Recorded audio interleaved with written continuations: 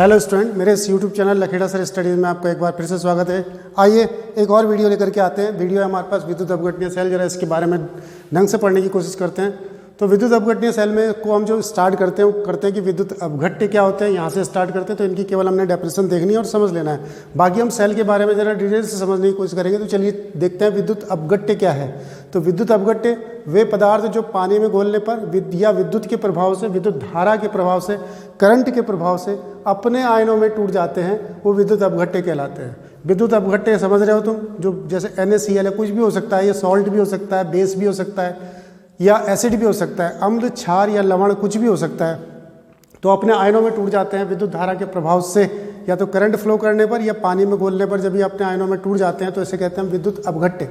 विद्युत अपघटन किसे कहते हैं? विद्युत अपघटन भी इसी से जुड़ी हुई प्रक्रिया है कि विद्युत अपघटन इस जो प्रोसेस को, तोड़ने के प्रोसेस को, विद्युत धारा के प्रभाव से ये जो विद्युत अपघट्य हैं, इनको आयनों में तोड़ने की प्रक्रिया को कहते हैं विद्युत अपघट्य। तो विद्युत अपघट्य भी वही प्रोसेस है। देखो, ये विद्युत धारा के प्रभाव से विद्युत अपघट्यों को अपने आयनों में तोड़ने की प्रक्रिया को विद्युत अपघटन कहते हैं। इंग्लिश में कहते हैं इलेक्ट्रोलिसिस। मतलब जैसे NaCl है, तो NaCl को हमने तोड़ दिया। करंट अगर जो हम इसमें फ्लो करते हैं या इसको घोलते हैं तो काय में टूट जाता है? अपने आयंस में टूट जाता है। किन आयंस में? Na आयन और Cl आयन में टूट जाता है। तो ये जो NaCl है, इसको कहेंगे हम विद्युत अपघट्य, इलेक्ट्रोलाइट्स, और इस प्रोसेस को कहेंगे हम विद्युत अपघटन यानी कि इलेक्ट्रोलिसिस। मैं इसको इसलिए करा रहा हूँ क्योंकि एग्जाम की दृष्टि से देखते हैं हमारे पास उत्तराखंड बोर्ड में, तो ये बार बार डेफिनेशन पूछते हैं कि विद्युत अपघट्य किसे कहते हैं, विद्युत अपघटन किसे कहते हैं। तो इसलिए इसकी डेफिनेशन बार बार आती रहती है, इसलिए इसको देख लेंगे। चलिए आगे बढ़ते हैं। हम इसमें इन डेफिनेशन को देखना है, कुछ नहीं करना है इसमें। जो आगे हमारा मेन काम है वो है हमारे पास विद्युत अपघटनीय सेल। तो चलिए विद्युत अपघटनीय सेल को जरा ढंग से समझने की कोशिश करते हैं, आराम से, डिटेल से इसके बारे में एक एक चीज़ें पढ़ते हैं। विद्युत अपघटनीय सेल क्या होता है, मेन टॉपिक हमारा आज का यही है कि विद्युत अपघटनीय सेल क्या है।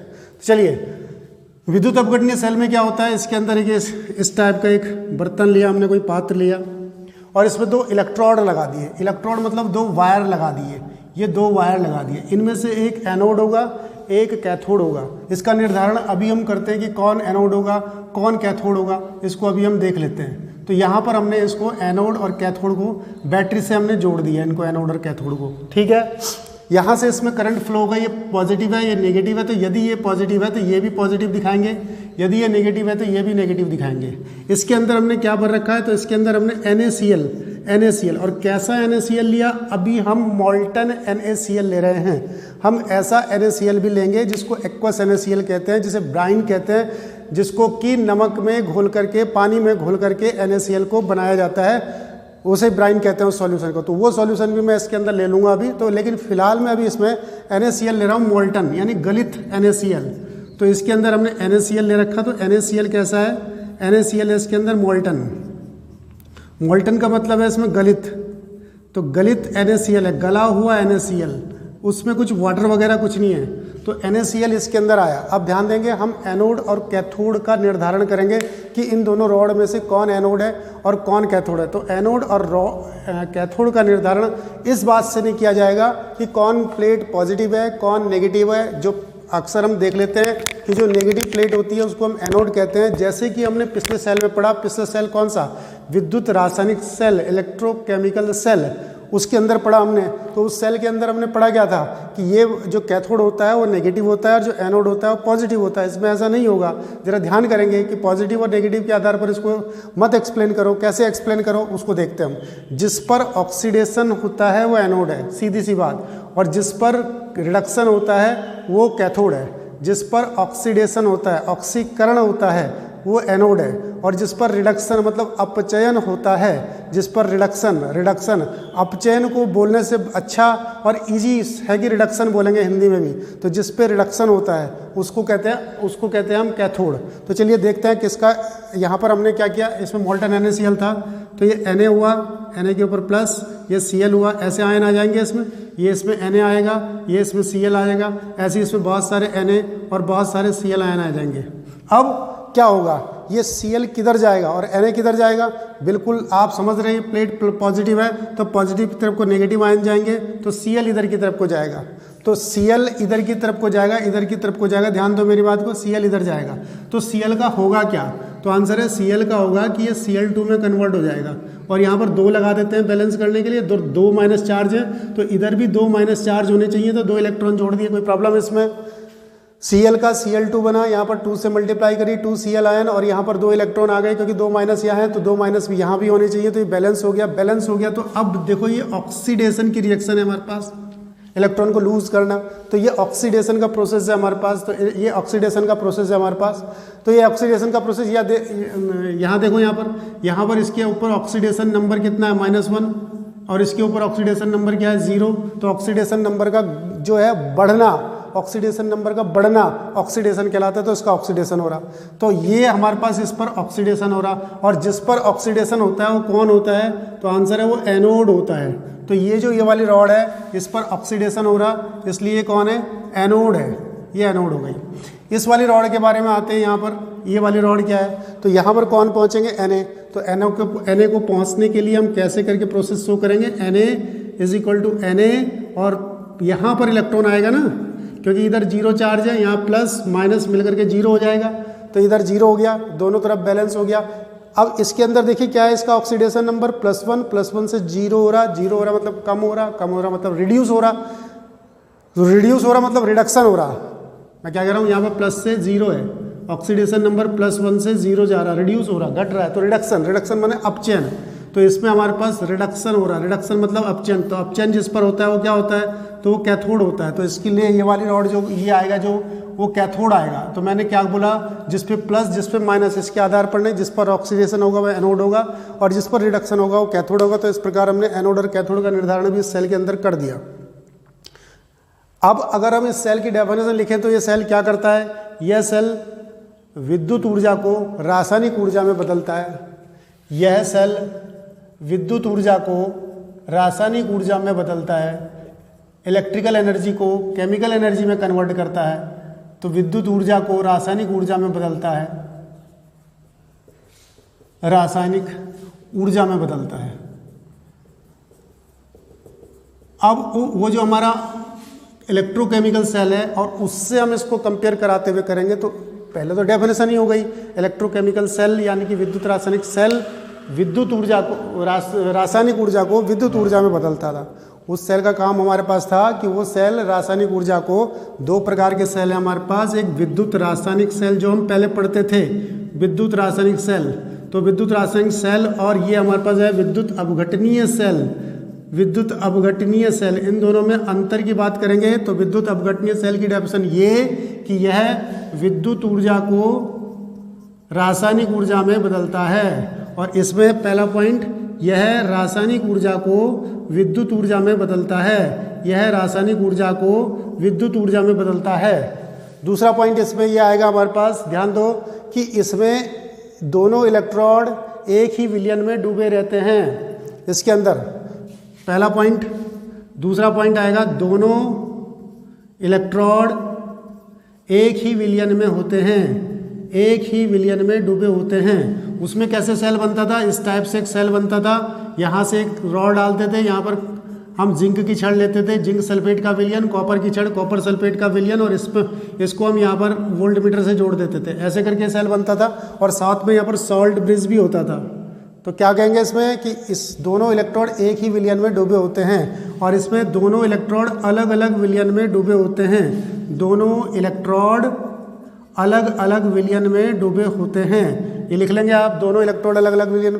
तीसरा पॉइंट क्या होता है, नंबर 3 पॉइंट है इसमें कि इस वाले सेल के लिए यानी कि विद्युत रासायनिक सेल के लिए, इसके लिए सॉल्ट ब्रिज की आवश्यकता होती है, हिंदी में कहते हैं लवण सेतु। ये सॉल्ट ब्रिज इज रिक्वायर्ड, तो सॉल्ट ब्रिज यानी कि लवण सेतु आवश्यक है, लवण सेतु की आवश्यकता होती है। इसके लवण सेतु के क्या काम है, जब मैंने ये सेल पढ़ाया था तो वहाँ पर मैंने इसको एक्सप्लेन किया था, अभी ध्यान दो उसको। तो सॉल्ट ब्रिज की आवश्यकता होती है, लवण ब्रिज रिक्वायर्ड होता है, इस पर लवण सेतु की आवश्यकता नहीं होती है। Salt bridge is not required, salt bridge is not required. चौथा पॉइंट, इसमें इस जो हमारे पास विद्युत रासायनिक सेल था उसमें हमारे पास प्लस होता था कैथोड और माइनस होता था एनोड। और इसमें उल्टा है, इसमें प्लस है एनोड और माइनस है कैथोड, ठीक है। तो ये इसमें हमने कंपेयर कर लिया दोनों सेलों को। ये भी क्वेश्चन आता है कि दोनों को कंपेयर करिए सेल को, तो ये हमारे पास इसमें कंपेरिजन हो गया सेलों का। अच्छा, अब इसी सेल में आगे बढ़ते हैं। वो बोलता है कि यहाँ पर एनोड पर क्या मुक्त होता है, कैथोड पर क्या मुक्त होता है, यानी एनोड पर हमें क्या मिलता है, कैथोड पर हमको क्या मिलता है। तो हम समझ गए एनोड पर हमको क्या मिल रहा, क्लोरीन गैस, कैथोड पर क्या मुक्त होता है, सोडियम, और कितनी मात्रा में मिलता है। तो उसके लिए हम जब फैराडे लॉ पढ़ेंगे तो फैराडे लॉ ये समझाएगा हमें कि कौन ये जो एनोड और कैथोड पर ये जो पदार्थ मुक्त होते हैं तो इनकी मात्राएं कितनी होती है, कितनी मात्रा में मुक्त होते हैं, तो इसको हम बाद में पढ़ लेंगे। अब इसी के अंदर थोड़ा सा चेंज करते हैं, और चेंज ये करते हैं कि इसके अंदर हम NaCl का एक्वस सॉल्यूशन लेते हैं, या NaCl का सॉल्यूशन पानी में घोल कर लेते हैं, लेकिन कंसनट्रेट NaCl लेते हैं। तो अब मैंने इसमें थोड़ा सा चेंज कर दिया। चेंज ये कर दिया कि जो NaCl लिया, पानी में घोल करके बनाया और कंसनट्रेट सॉल्यूशन बनाया इसका। NaCl का कंसनट्रेट सॉल्यूशन ब्राइन भी कहलाता है, तो ब्राइन के ले लिया मैंने इसमें, या NaCl का कंसनट्रेट सॉल्यूशन ले लिया। अब ध्यान दो जरा किस टाइप की लड़ाई होगी, किस टाइप की रिएक्शंस होगी, क्या एनोड पर मुक्त होगा, क्या कैथोड पर मुक्त होगा, इसको फिर देख लेते हैं एक बार हम, जब ये कंसनट्रेट सॉल्यूशन लिया हमने। तो अब ध्यान देंगे इसमें होगा क्या, इसमें जब इसमें वाटर के साथ NaCl का सॉल्यूशन बनाया तो इसके अंदर अब चार चीज़ें आ गई, Na तो था ही, Cl तो था ही, Na तो था ही, Cl तो था ही। ये NaCl के साथ साथ इसमें H आयन और OH आयन भी आएंगे, क्योंकि वाटर है। तो जैसे ही इसमें हम इलेक्ट्रिसिटी प्रोवाइड करेंगे, विद्युत धारा को प्रोवाइड कराएंगे, वैसे ही इसके अंदर हमारे पास NaCl के साथ साथ H आयन और OH आयन भी उत्पन्न होंगे। तो पॉजिटिव की तरफ कौन दौड़ेंगे, पॉजिटिव की तरफ नेगेटिव वाले दौड़ेंगे। नेगेटिव का मतलब Cl और OH दौड़ेंगे, तो ये दोनों के दोनों इस तरफ को दौड़ेंगे। तो Cl और OH इस तरफ को दौड़ेंगे, ये दोनों के दोनों, मतलब क्या, एनोड की तरफ। ध्यान दो, एनोड की तरफ कौन दौड़ेंगे, तो आंसर है एनोड की तरफ कौन दौड़ रहे, Cl और OH, Cl आयन और OH आयन। अब कैथोड की तरफ कौन दौड़ेंगे, कैथोड का मतलब, एनोड का मतलब क्या था, इसमें पॉजिटिव, किसकी तरफ, नेगेटिव आ गए। अब ये कैथोड की तरफ कौन दौड़ेंगे, तो कैथोड कैसा है हमारा, कैथोड है नेगेटिव, नेगेटिव की तरफ पॉजिटिव वाले दौड़ेंगे। पॉजिटिव वाले कौन है, तो Na और H है, तो Na आयन और H आयन ये दौड़ेंगे हमारे कैथोड की तरफ, ठीक है। अब इनमें से कौन एनोड पर मुक्त होगा, तो देखिए एनोड पर क्या होता है हमारे पास, आंसर है एनोड पर ऑक्सीडेशन होता है। अब किसका ऑक्सीडेशन होगा, इन दोनों में से, दोनों का हो सकता है ऑक्सीडेशन तो, लेकिन इजीली किसका होगा इन दोनों में से ऑक्सीडेशन, जिसका ऑक्सीडेशन इजीली हो जाएगा वो एनोड पर निकलेगा, और जिसका रिडक्शन इजीली हो जाएगा, जिसका अपचयन इजीली हो जाएगा वो कैथोड पर निकलेगा।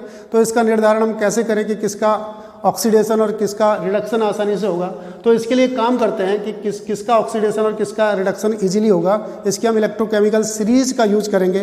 तो इलेक्ट्रोकेमिकल सीरीज को हम, बहुत लंबी सीरीज है, कुछ मेन पॉइंट लिख देते हैं, ठीक है। Lithium, potassium, barium, strontium, sodium, zinc आदि आदि, यहाँ हाइड्रोजन आ जाएगा। हाइड्रोजन के बाद के जो हमारे पास वो हैं उनको हम लिखना जरूरी चाहते हैं। तो हाइड्रोजन के बाद हमारे पास आएगा सिल्वर, जैसे सिल्वर आ गया। इसके बाद हमने लिख दिया इसमें Cl माइनस आ गया।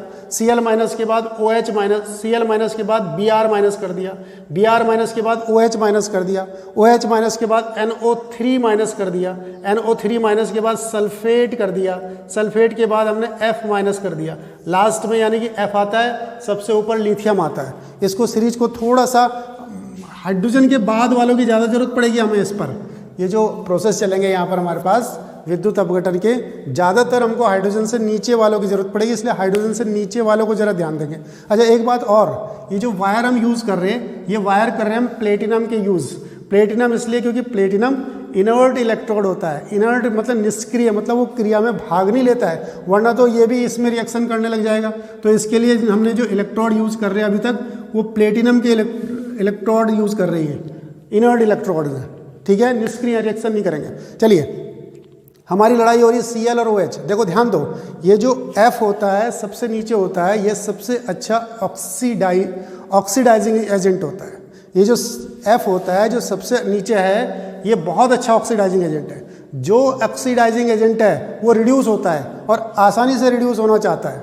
सबसे ऊपर जो है, आराम से देखो इसको, इस बात को क्लियर करना है। इसमें जो सबसे ऊपर है ये बहुत अच्छा रिड्यूसिंग एजेंट है। रिड्यूसिंग एजेंट होने का मतलब है ये आसानी से ऑक्सीडाइज होना चाहता है, ये आसानी से ऑक्सीडाइज होना चाहता है। इसका मतलब जो ऊपर होंगे वो आसानी से ऑक्सीडाइज होना चाहते हैं और जो नीचे होंगे वो आसानी से रिड्यूस होना चाहते हैं। चलिए हम एनोड पर बात करना चाह रहे हैं। जो ऊपर होंगे एनोड पर हमें ऑक्सीडेशन चाहिए, और ऑक्सीडेशन के लिए हमने देखना है कि कौन ऊपर है। ऑक्सीडेशन में ध्यान देना है कि कौन ऊपर है, क्योंकि जो ऊपर होगा वो आसानी से ऑक्सीडाइज होना चाहता है।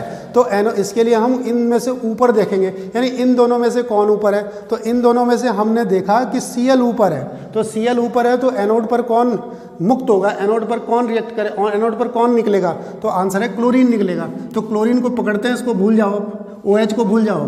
अब क्लोरीन को पकड़ा हमने और क्लोरीन कन्वर्ट हो गया Cl2 में। यहाँ पर 2 ले लेते हैं, बैलेंस करना है। यहाँ पर 2 है Cl है, यहाँ पर 2 Cl है, ठीक है। 2 माइनस है, यहाँ 0 माइनस है, तो यहाँ पर भी 2 इलेक्ट्रॉन जोड़ने पड़ेंगे। और ये ऑक्सीडेशन की रिएक्शन हो रही, हमको साफ दिख रही। और ये कहाँ पर मुक्त हो रहा है, ये क्लोरीन निकल रहा है, ये एनोड पर क्लोरीन मुक्त हो रहा है इसमें। तो एनोड पर बनने वाला सब्सटेंस कौन है, एनोड पर बनने वाला पदार्थ कौन है, तो क्लोरीन है। यहाँ पर कैथोड में देखो, कैथोड पर कौन मुक्त होगा, कैथोड पर Na और H है।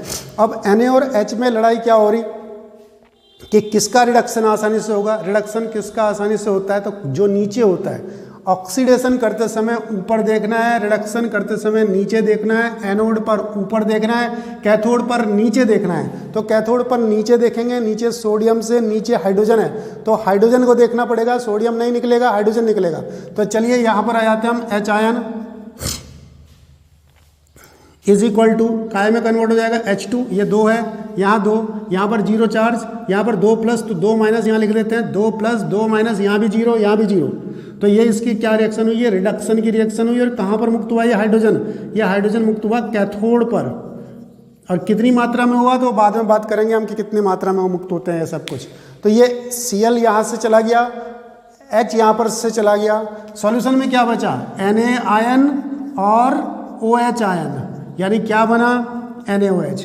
NaOH क्या है, बेस या क्षार है। इसलिए जब बेस होता है तो इसका pH मूल्य 7 से ज़्यादा होता है। तो कह सकते हैं हम कि इस प्रक्रिया में इस सॉल्यूशन का pH वैल्यू बढ़ जाएगा। कभी 1 नंबर में टिक करने को आता है कि pH पर क्या प्रभाव पड़ेगा, क्या pH कांस्टेंट रहेगा, क्या pH बढ़ जाएगा, क्या pH घट जाएगा। तो pH की वैल्यू इसमें बढ़ जाएगी, इंक्रीज कर जाएगी। तो इसमें pH के बारे में भी लिख सकते हैं कि pH इसमें इंक्रीज कर जाएगा, pH इंक्रीज करेगा, बढ़ जाएगा। क्यों बढ़ेगा, समझ रहे हैं, क्योंकि OH बन रहा, बेस बन रहा, तो इसलिए pH इसमें बढ़ जाएगा। अब आ जाते हैं दोबारा से, मैं क्या क्या इसके अंदर बोला, मैंने बोला ये हम ब्राइन या NaCl का कंसनट्रेट सॉल्यूशन ले रहे हैं। NaCl का कंसनट्रेट सॉल्यूशन या ब्राइन लेने पर हो क्या रहा है, यहाँ पर हमारे पास डाइल्यूट पे आपने बात कर ली थी, इस पे बात कर रहे हैं अब हम कंसनट्रेट पे बात कर रहे हैं, डाइल्यूट पे इसके बाद बात करते हैं अभी हम। तो कंसनट्रेट NaCl डालने पर ये 4 प्रकार के आयन आएंगे। यहाँ पॉजिटिव पर कौन मुक्त होगा, नेगेटिव वाले कौन है, Cl और OH। ये Cl और OH यहाँ पर आएंगे और Na और H यहाँ जाएंगे। तो इनमें से यहाँ पर Cl और OH में से कौन मुक्त होगा, आंसर है ऑक्सीडेशन करते समय हमको ये देखना है कि ऊपर कौन है। तो ऊपर इन दोनों में से Cl और OH में से Cl है, तो Cl का Cl2 बन जाएगा, ये एनोड पर निकलेगा, ऑक्सीडेशन की रिएक्शन होगी।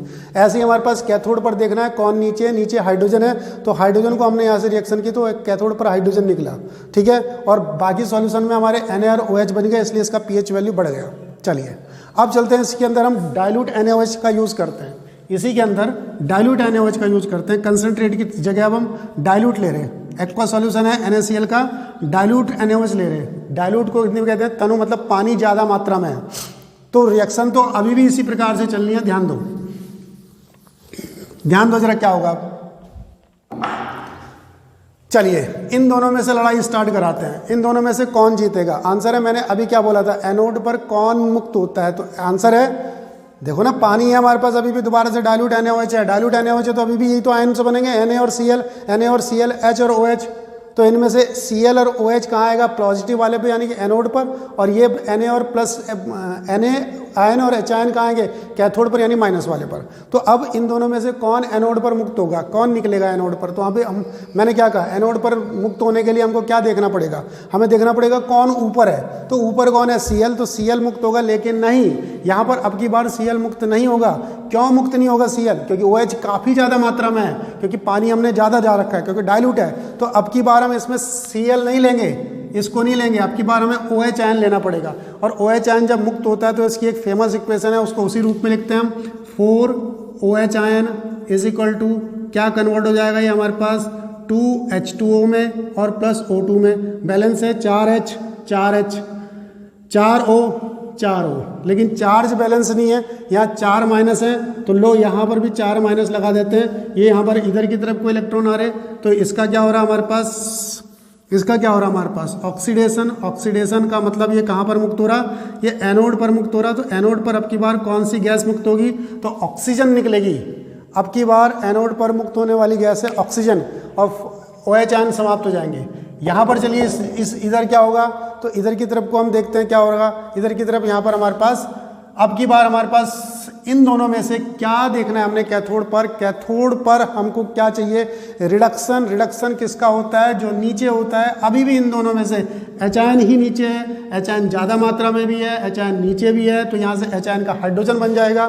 तो H आयन का क्या कन्वर्ट हो जाएगा, H आयन कन्वर्ट हो जाएगा हमारे पास, देखो H आयन काय में कन्वर्ट हो जाएगा, H2 में। यहाँ पर 2H 2 प्लस 0 प्लस, तो यहाँ पर 2 इलेक्ट्रॉन, 2 प्लस 2 माइनस 0, इधर भी 0।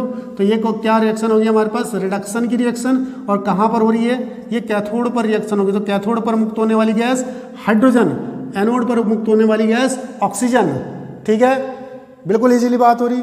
अब इसके pH पर क्या प्रभाव पड़ेगा, आंसर है यहाँ से OH खत्म हो गया, यहाँ से H खत्म हो गया, बचा क्या, Na और Cl, सॉल्ट बचा। तो pH पे कोई प्रभाव नहीं पड़ेगा, ठीक है, कोई इफेक्ट नहीं। तो pH के लिए क्या लिखेंगे हम, नो इफेक्ट, कोई प्रभाव नहीं पड़ेगा इसके pH पर, क्योंकि ना तो HCl टाइप का कोई बन रहा। यदि H और Cl बच जाते तो हम बोलते कि HCl इस पर मुक्त होंगे, तो ऐसा भी कुछ नहीं हो रहा है इसमें। यहाँ तो Na और Cl बन रहे, तो ये सॉल्ट बन रहा, तो pH पे कोई प्रभाव नहीं पड़ेगा।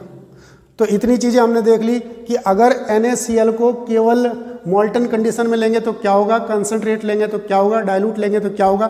एक काम और कर देते हैं कि जरा इनर्ट इलेक्ट्रोड की जगह हम कोई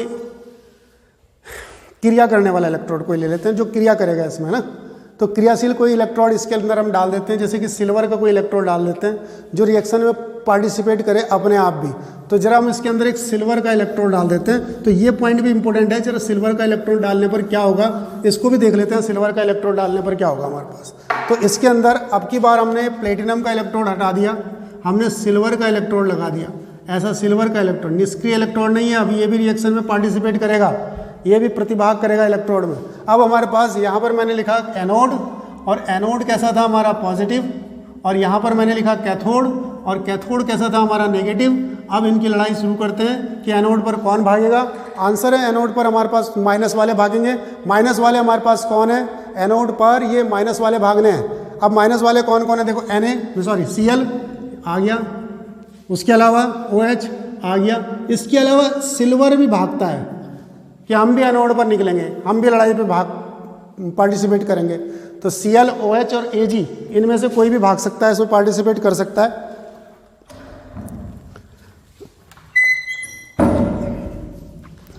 तो चलिए इसमें देखते हैं जरा इन तीनों में से कौन यहाँ पर निकलेगा, और यहाँ पर की क्या लड़ाई होगी उसके बारे में अभी मैं बात करता हूँ बाद में।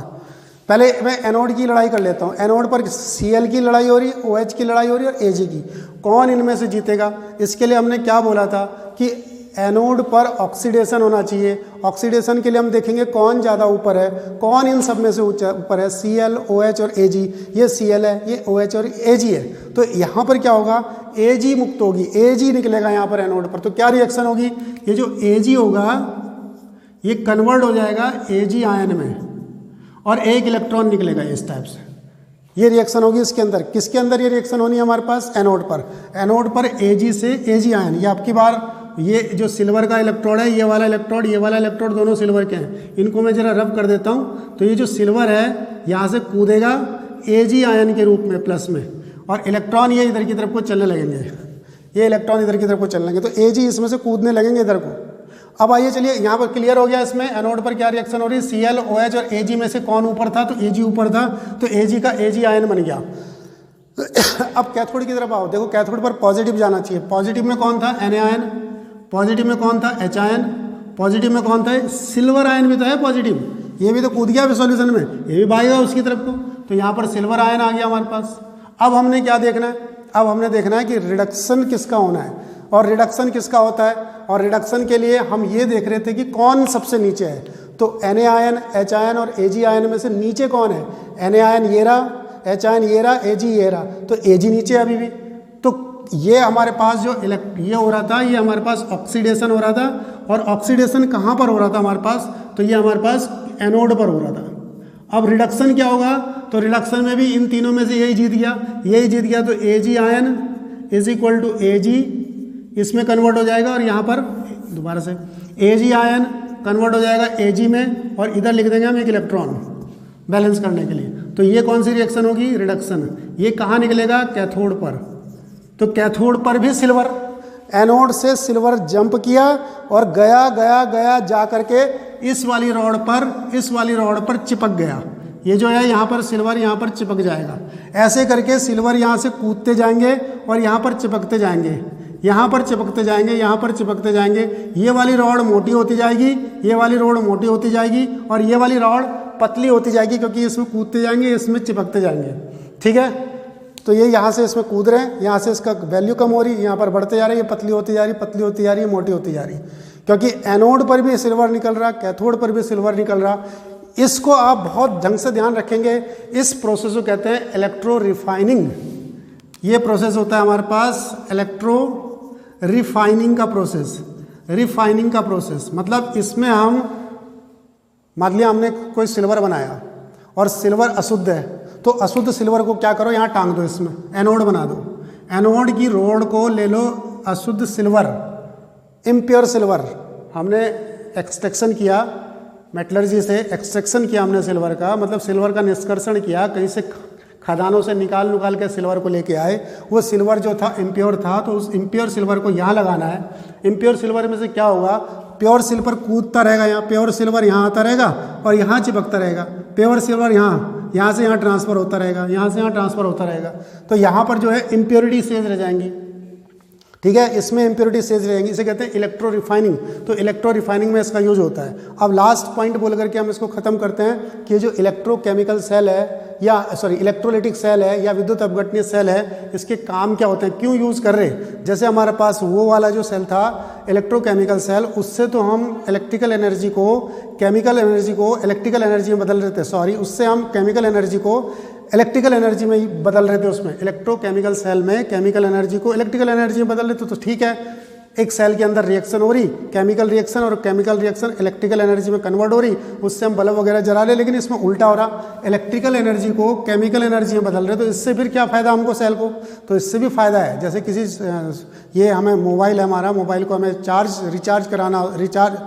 इसकी बैटरी को चार्ज करना पड़ता है दोबारा से, बैटरी डिस्चार्ज हो गई तो दोबारा से चार्ज करना है। तो चार्ज करने के लिए जो बैटरी है उसके अंदर केमिकल रिएक्शन करानी पड़ेगी, तो उसके लिए हमें मोबाइल को इलेक्ट्रिसिटी में लगाना पड़ेगा। इलेक्ट्रिसिटी इसके अंदर आएगी तो इस इलेक्ट्रिकल एनर्जी काय में कन्वर्ट होगी, केमिकल एनर्जी में, और वो चार्ज होगा उससे। वहाँ पर इसका यूज़ हो सकता है चार्जिंग करने में, या हम इसका यूज़ कहाँ बोल सकते हैं उसका, मेटलर्जी में, धातु निष्कर्षण में। देखो इसका उपयोग कहाँ यूज़ हो सकता है, धातु निष्कर्षण में। ये देखो मैंने बताया था, ये इसे इलेक्ट्रो रिफाइनिंग कहते हैं। तो धातु निष्कर्षण में इसका उपयोग होता है, किस रूप में, इलेक्ट्रो रिफाइनिंग में। इलेक्ट्रो रिफाइनिंग में इसका यूज होता है। तो इलेक्ट्रो रिफाइनिंग में इसका यूज हो सकता है धातु निष्कर्षण में। इलेक्ट्रो रिफाइनिंग करते समय किस किस का, जैसे सिल्वर का, जैसे कॉपर का, जैसे और होता है हमारे पास जिंक का, इसका रिफाइनिंग करते हैं इससे। तो ये मेन काम इसका ये हो गया इलेक्ट्रो रिफाइनिंग में। और इनको सेलों को दोबारा से चार्ज करने में, आवेशित करने में, सेलों को पुनः आवेशित करने में इसका यूज़ हो सकता है। तो ये इसके कुछ उपयोग हैं और ये इसके बारे में हमने डिटेल से बात करी। आज के वीडियो में इतना ही। थैंक यू, धन्यवाद।